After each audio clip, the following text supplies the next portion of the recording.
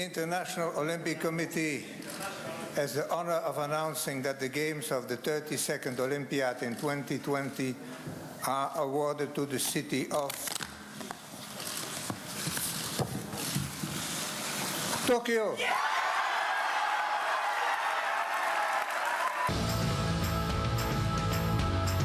All 5 continents have produced a world champion. I'm one of them. And I'm another.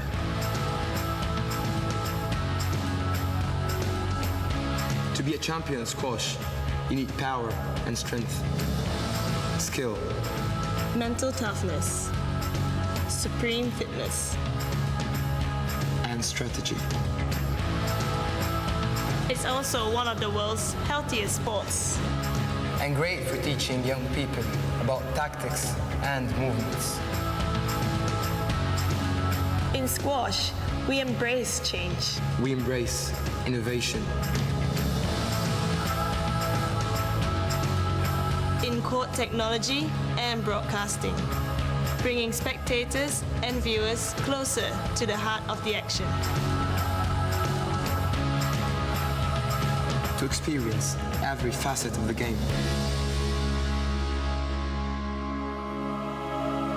And one of the best things about squash, it can be played in the most amazing locations. With just one all-glass show court. And as few as 32 players required to make an international tournament. Each playing with courage, passion, And a burning desire to be the best they can be. What would it mean to play at the Olympic Games? everything. Absolutely everything.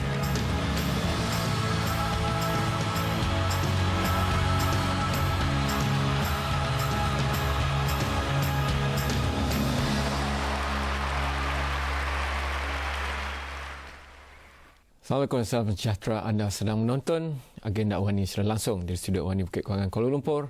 Kegembiraan buat Tokyo, kekecewaan bagi Istanbul misalnya, kegembiraan buat Gusti, kecewa bagi squash. Dan itu yang ingin kita lihat malam ini, dua perspektif daripada apa yang diumumkan hari ini. Rakyat Malaysia bangun untuk mengetahui bahawa gagalnya squash untuk MARA menjadi salah satu pada sukan teras ataupun sukan utama yang akan dimasukkan dalam Olimpik 2020 menuju ke depan. Tetapi ada perkara dan pertimbangan yang harus kita lihat. Ini kerana ini bukan bermaksud gagal selamanya. Mungkin ia memberikan lonjakan yang lebih hebat menuju ke depan.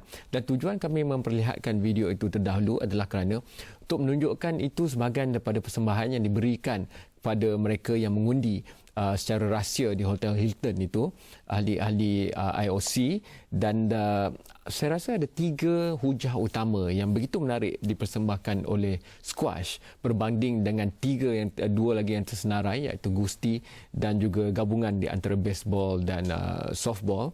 Dalam erti kata, squash menawarkan sukan untuk generasi masa depan. Kerana Gusti itu sudah pun 1000 lebih tahun, misalnya dilihatkan dalam konteks itu. Tapi squash menyanyikan sukan untuk generasi masa depan, sukan yang mempunyai rekod yang begitu bersih dalam aspek bebas daripada penyalahgunaan bahan terlarang seperti dadah dan sebagainya ataupun steroid.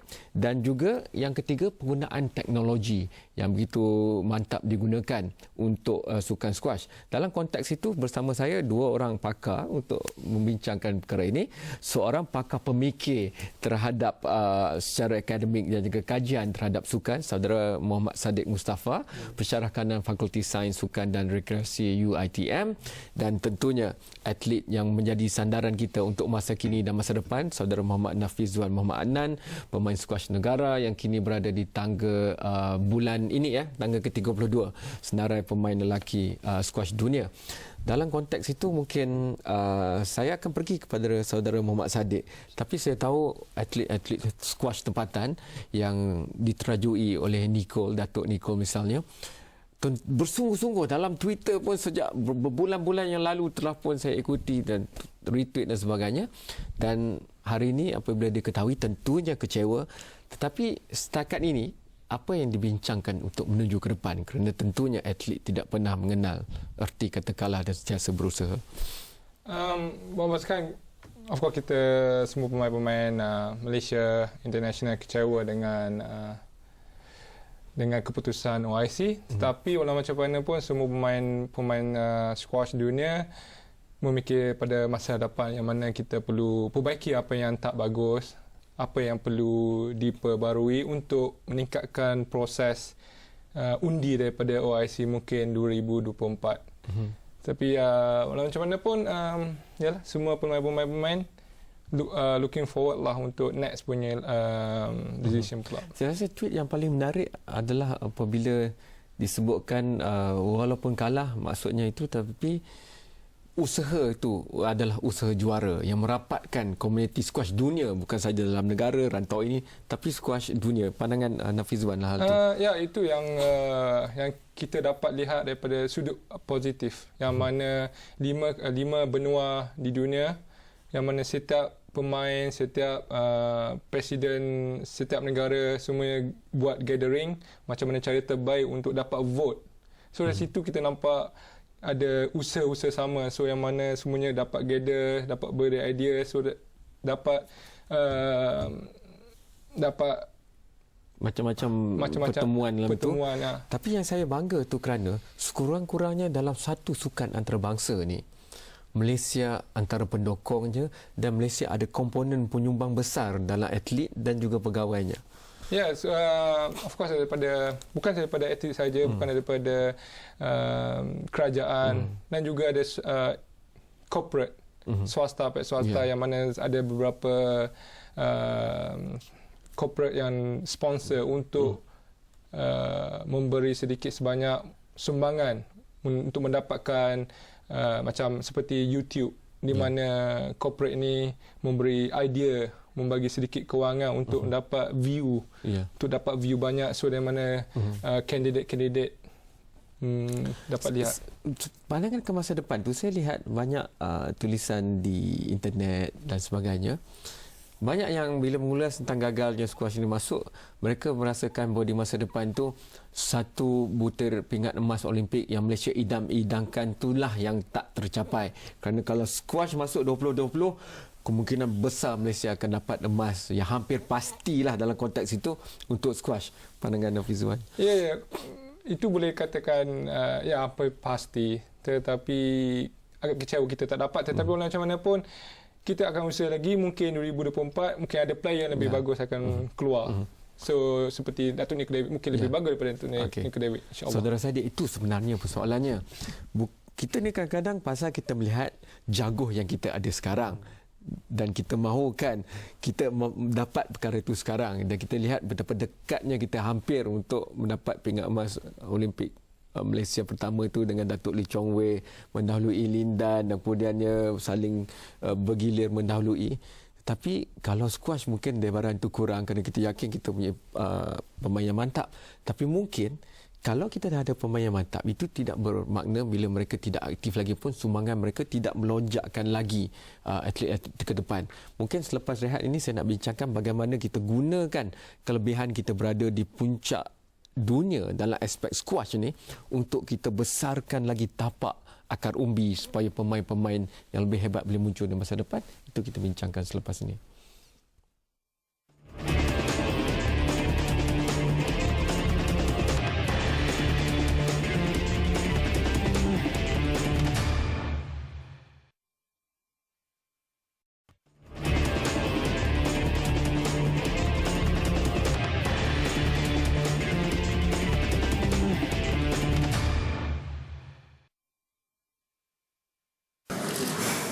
The International Olympic Committee has the honor of announcing that the games of the 32nd Olympiad in 2020 are awarded to the city of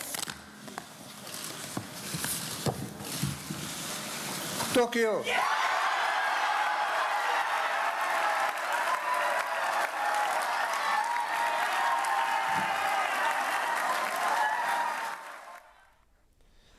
Tokyo menang ya. Saya nak pergi kepada squash dan angkat umbi ni kerana harapan kita tidak semestinya berkubur dengan squash tak masuk 2020. Tetapi alang-alang kita dah keluarkan cerita Tokyo tu, ramai yang merasakan bahawa Istanbul patut diberi peluang kerana dia tak pernah lagi Olimpik pernah pergi ke Jepun sebelum ini, tetapi mungkin faktor-faktor semasa tidak memihak kepada tempat-tempat lain berbanding Jepun. Pandangan saudara Muhammad Sadiq. Saya rasa pemilihan Tokyo tu banyak hubung kaitnya dengan memberi harapan baru kepada rakyat Jepun setelah dihujani dengan krisis bumi, tsunami, dan memberi harapan baru, dan lebih lagi mereka dalam ekonomi yang tidak menentu dalam proses itu, dan Perdana Menteri Jepun sendiri berjanji akan memberi satu nafas baru kepada rakyat Jepun untuk memulihkan imejnya. Saya percaya pada semangat kamikaze mereka, dan saya juga melihatkan kesungguhan mereka. Bayangkan Perdana Menteri daripada Russia G20 terus terbang ke Argentina, ke Rio de Janeiro untuk bersama dalam proses pengundian itu. Saya rasa satu semangat negara yang beliau tunjukkan untuk pastikan Jepun mendapat tempat dalam Olimpik 2020 itu sendiri. Tapi kalau kita lihat dalam konteks sukan squash, saya amat rasa sedih bagi pihak Nicol, kerana pada tahun ini sendiri beliau sanggup kalah kerana fokus untuk melobi dalam kejuaraan besar squash. Saya rasa satu pengorbanan yang besar yang beliau lakukan dengan tim beliau, dan saya rasa kita tak perlu putus asa, kerana kita perlu mengalahkan sukan Gusti itu adalah sukan tradisi Olimpik sejak dahulu lagi, kerana blok-blok Eropah Timur itu masih tidak bermain squash dengan begitu serius ya. Itu juga di Amerika, squash itu tidak bermain secara menyeluruh di Amerika. Di Eropah pun bukan semua negara kesatuan Eropah tu bermain squash. Jadi dalam kulikan itu, maksudnya kita perlukan usaha dan kita mesti injectkan aspek commercialization dalam sukan squash itu, seperti yang dimainkan oleh tenis. Nak tanya saudara Nafizwan pasal, kita tahu masalahnya pada sukan badminton kita. Pas kita tengok Datuk Lee Chong Wei di sebelakang beliau, kita dah rasa gugup. Kerana kita rasakan tidak ada kesinambungan itu dalam meneruskan perjuangan. Bagi squash macam mana? Kita tengok nama-nama Ong Beng Hee, Datuk Nicol David dan sebagainya. Sekarang kita nak tengok kepada generasi selepas itu, saudara Nafizwan. Tapi saya nak minta saudara Nafizwan tengok ke bawah daripada saudara Nafizwan lagi, kerana Nafizwan pun bermula pada umur 12 tahun. Mungkin selepas ni kita nak mereka umur 5-6 tahun dah mula. Kalau nak tengok dalam masa yang junior saya, yang mana 10 tahun lebih muda daripada saya, yang mana 1 bulan lepas, yang mana pasukan Malaysia menang 5 gol daripada 6 gol di Youth Game, Youth Asia Game. So dari situ kita kalau lihat, kalau kita dipilih untuk 2024, dah ada base, dah ada pemain yang untuk main untuk Olimpik. Tapi macam mana pun kita perlu ada yang sikit sebanyak daripada akar umbi yang kita bincang sebelum ni. Macam katakanlah di setiap sekolah, berapa macam di sekolah pendalaman seperti di Terengganu, di Kelantan, kemudahan tu perlu diperbanyakkan. Yang mana setakat ini sirkuit squash jelajah Malaysia yang dilakukan oleh, yang dianjurkan oleh Azlan Iskandar Sports Spin Academy. Dia yang promote game ni kerana dia perlukan support daripada semua negeri, yang mana jikalau ada banyak player akan minta kemudahan. Kita perlukan kemudahan. So bila ada kemudahan, ramai akan main squash, akan build squash dekat Malaysia. Akan dalam 1 juta mungkin jumpa yang terbaik macam Nicol David. 1 juta Malaysia akan jumpa yang terbaik. Dalam aspek ekosistem macam mana? Kerana kadang-kala bila dah ramai masuk di peringkat akar umbi, tapi mereka memerlukan kualiti yang lebih tinggi lah, aspek kejurulatihan, pendedahan dan sebagainya. Dan kita tahu sejarah Datuk Nicol bergerak meninggalkan Pulau Pinang dan Malaysia itu menuju ke Belanda, dan bersama dengan Liz Irving contohnya, pemain yang memegang tampuk nombor 2 dunia dan begitu terkenal dengan permainan beliau. Dan Liz Irving memberikan pelbagai lagi garapan untuk meningkatkan lagi kualiti permainan Datuk Nicol dalam konteks itu. Jadi mungkin itu kerana kita dah ada Datuk Nicole, kita dah ada Om Behi, mungkin itu tak payah nak berhijrah jauh. Di Malaysia pun selepas ini kualiti yang serupa atau lebih lagi boleh diadakan di dalam negara. Kerana saya pergi rehat yang terakhir, tapi apabila kembali, kerana kita perlu meyakinkan sebenarnya ibu bapa. Kerana kalau kita mahu pelajar-pelajar masuk di bangku sekolah lagi, maka jalan terus kepada kerjaya itu perlu diperlihatkan, termasuklah dalam, saya tahu Saudara Muhammad Sadiq akan bercakap tentang nilai komersial dan juga bagaimana masa depan dalam konteks itu kita bincangkan spesifik terhadap squash selepas ini.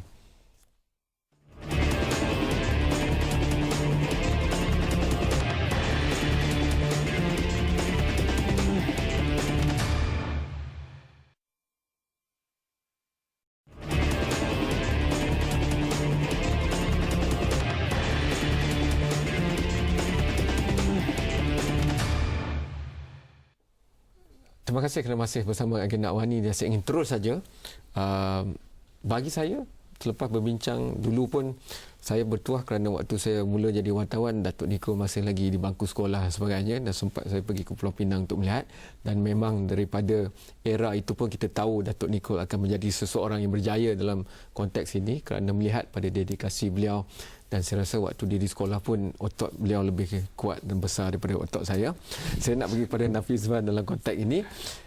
Apa yang diperlukan untuk squash ni lebar lagi? Kita tahu semua benda tu, kita dah cakapkan. Tapi nak meyakinkan ibu bapa ni, kerana saya rasa disiplin dalam squash ni perlu lebih tinggi berbanding disiplin purata mungkin sukan-sukan lain, kerana demand ataupun permintaan fizikal untuk berjaya dalam squash yang berbentuk individu ni contohnya memerlukan kecekalan dan dedikasi perorangan yang tinggi.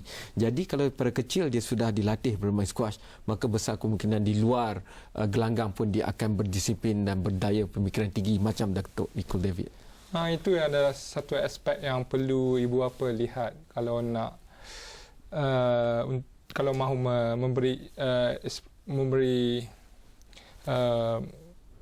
memberi suatu keyakinan kepada anak-anak, kepada kanak-kanak macam mana mahu, kalau bukan kanak, kalau budak-budak mahu menjadi seorang yang berjaya masa depan, budak-budak ataupun kanak-kanak perlu diajar macam mana mahu menjadi disiplin, satu step by step. So mana sukan juga bukan sukan squash saja, sebagai saya semua sukan. Kalau disiplin di gelanggang, di padang, besar kemungkinan dia akan berjaya untuk masa depan dari segi tapi study. Kita jarang dengar masalah tingkah laku pemain dalam squash. Ya, Saudara Sadik tak ada dengar kan? Bagi saya squash publicity dan dia punya exposure tu tak mencabar seperti sukan-sukan lain. Tapi saya rasa dari segi kejayaan pemain squash Malaysia, saya rasa satu yang amat luar biasa. Kita boleh berjaya dengan menjadi juara dunia dan sebagainya. Saudara Nafizwan, nanti ibu bapa tanya boleh cari makan ke jadi profesional dalam sekolah ni? Dah lalui pengalaman tu, cuba ceritakan. Setakat ni alhamdulillah saya dapat, bukan saya cari makan, dapat tampung kedua ibu bapa. Kalau itu kedua bapa mahu ke mana-mana, itu bagi saya dah cukup. So tapi macam mana pun saya mahu lebih pada itu, bukan sebagai sifat tamak, tetapi mahu menunjukkan kepada meningkatkan lagi memberi inspirasi kepada budak-budak mahu masuk, mahu melatih squash. Lepas tu memberi harapan kepada mereka bahawa seseorang seperti Nicole David, Om Behi, Azan Iskandar, Law Wiwen, mereka semuanya kebanyakannya berjaya, di mana mereka hanya bermain squash, hari-hari sihat, pemakanan dijaga, so mereka juga dapat hidup seperti orang yang berjaya. Dan ia permainan yang memerlukan garapan taktikal dan strategi yang tinggi, saya lihat. Kalau kita lihat permainan Datuk Nicole David dengan musuh-musuh ketat beliau tu, kadang-kadang set yang lain tu dia kena tukar secara spontan dan berhadapan dengan taktik baru kan? Ya, betul. Di mana setiap pergerakan yang misalnya saya pukul hanya 0.1 second, yang pihak lawan akan mengambil. So setiap pergerakan itu memerlukan reaksi yang pantas. So memberi kecergasan yang sangat tinggi lah kalau nak main squash. Saudara Muhammad Sadiq, orang ramai melihat bahawa mungkin squash ni sukan bandar. urban sports yang untuk orang yang lebih berduit, tapi itu dah dibuktikan Nafizwan dia pula yang boleh membantu ibu bapa.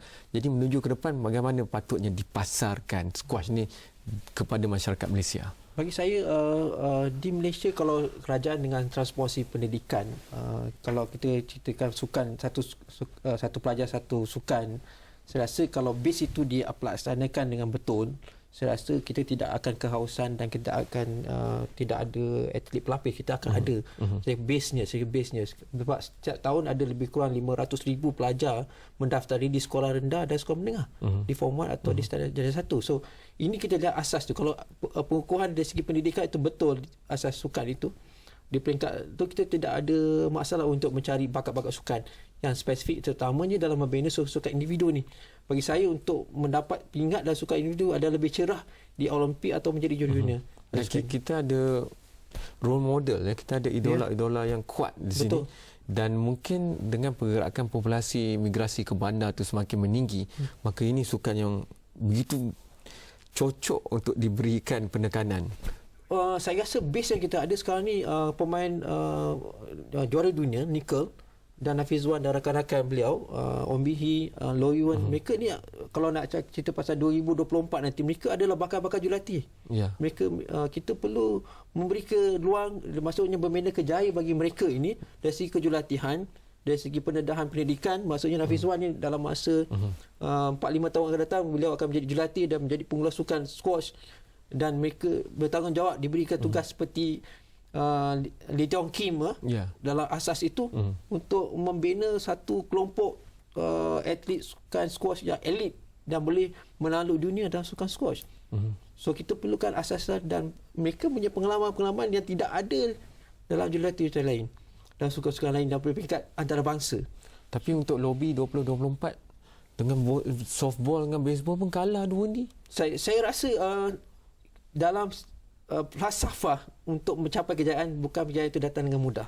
So kita mesti tidak ada semangat dahulu. Putus asa itu tidak perlu, jangan ada dalam diri kita, mesti berjuang. Nafizwan, untuk orang-orang yang telah menyokong Back the Beat 2020 tu, saya bagi kata-kata akhir kepada mereka. Terlebih dahulu terima kasih kepada semua peminat-peminat squash di dunia, di Malaysia, di kampung-kampung. Bukan di sini saja kita punya harapan, tapi saya harap kepada semua kita still keep supporting squash to be in Olympic 2024 and next on. So saya berharap kepada semua, bukan saja rakyat Malaysia, kerajaan Malaysia juga, dan pihak-pihak swasta menyokong dan memberi semangat, sikit semangat daripada, bukan saja daripada kewangan, maksud saya daripada idea macam mana mahukan squash ini dimasukkan ke dalam Olimpik, modern Olimpik. Okey, terima kasih banyak kepada Nafizwan, pemain ranking nombor 32 tetapi juga juara di Ireland bulan April lalu. Terima kasih banyak kerana hadir. Terima kasih kepada saudara Muhammad Sadiq. Lepas ni kita akan sambung balik episod lain tentang Liga Perdana Inggeris dan kebangkitan Liverpool yang tak disangka itu. You will never walk alone, terutamanya dalam agenda Awani. Hantarkan pandangan anda sendiri kepada agenda Awani sama ada menerusi Facebook maupun laman Twitter dan Instagram Astro Awani, ataupun terus ke laman sesawang Astro Awani. Sekian, selamat malam dan terima kasih.